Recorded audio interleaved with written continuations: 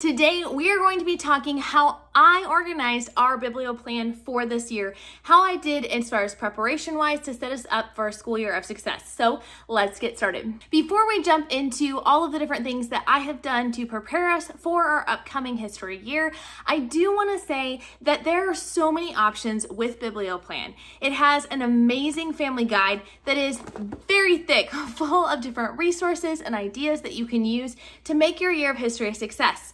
But all of it can be very overwhelming. There are many ways you could prepare depending on what elements that you like to choose for your upcoming history year.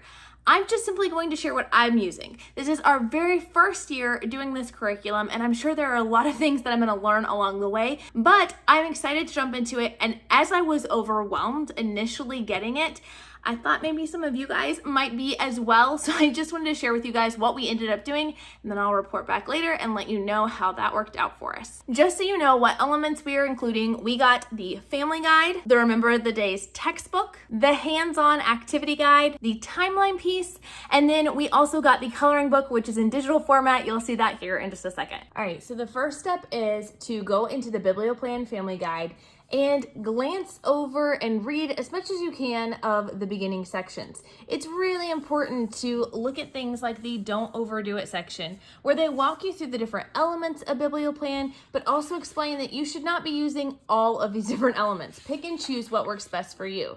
They do a great job here in giving you explanation of each and every type of supplemental material. If you didn't choose a specific kind of supplemental material, like for us, we didn't do the hands-on maps or any of the cool history materials. So I just skipped over those pages so as not to become overwhelmed. We are, however, doing the timeline section, so I went through that, and we are doing the hands-on modern history, so I read through that section just to get an idea of what we might want to prepare. I did read through choosing history and literature readings, and then, of course, skipped over study guides for literature guides because we are not planning on using those this year.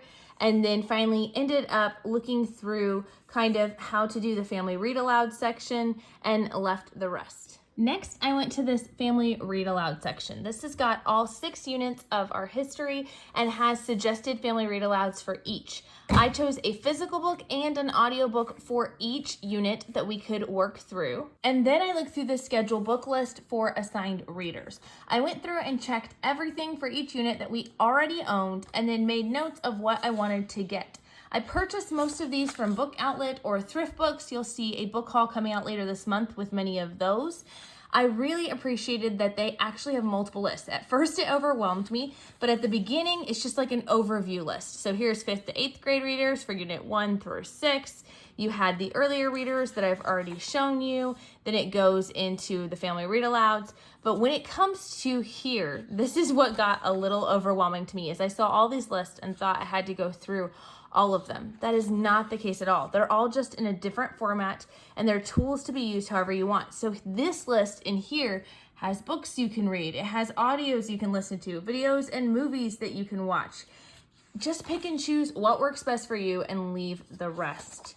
Then they have the annotated book lists that go through and have like descriptions. So these are the same book lists as what you saw before. The difference is if you want to learn a little bit about the books to kind of make the best decision possible, it's going to give you all the information you need. This year for the readers, I selected sort of a buffet of books, and I have ones for our middle schoolers, one for Rachel, who is my middle daughter, and one for our littles.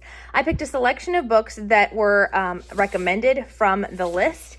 And then what I am doing is I am just going to have these out here where they can choose whichever one they would like to read that particular week. Once they finish a book, they can pick up a new one. I have the other books for the next semester right here that I can easily grab out. And then we have a few we'll get through the library throughout the year. One thing that I have learned about myself over the years of doing homeschooling is that hands-on activities connects very well with my kids. I have several kinesthetic learners, and hands-on activities can really help things to drill down into their mind and stick with them long-term memory.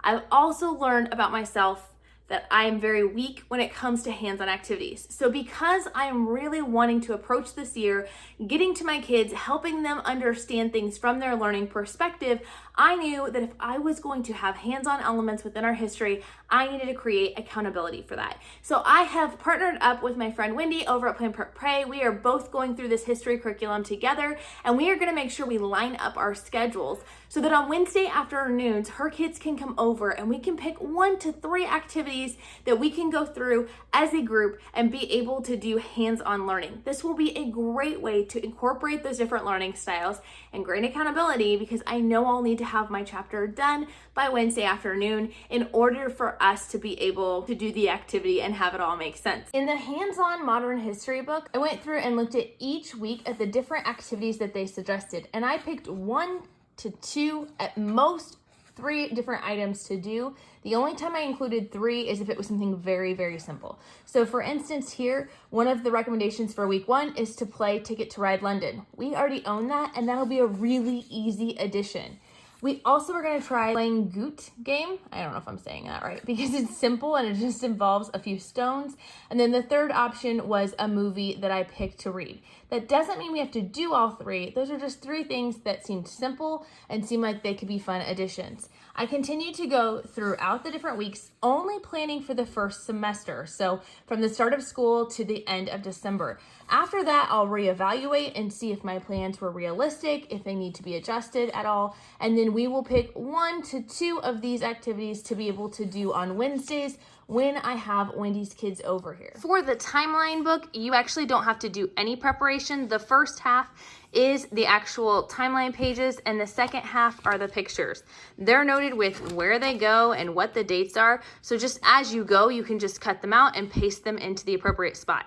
I'm not doing any prep work with this, which makes it a huge win in my book.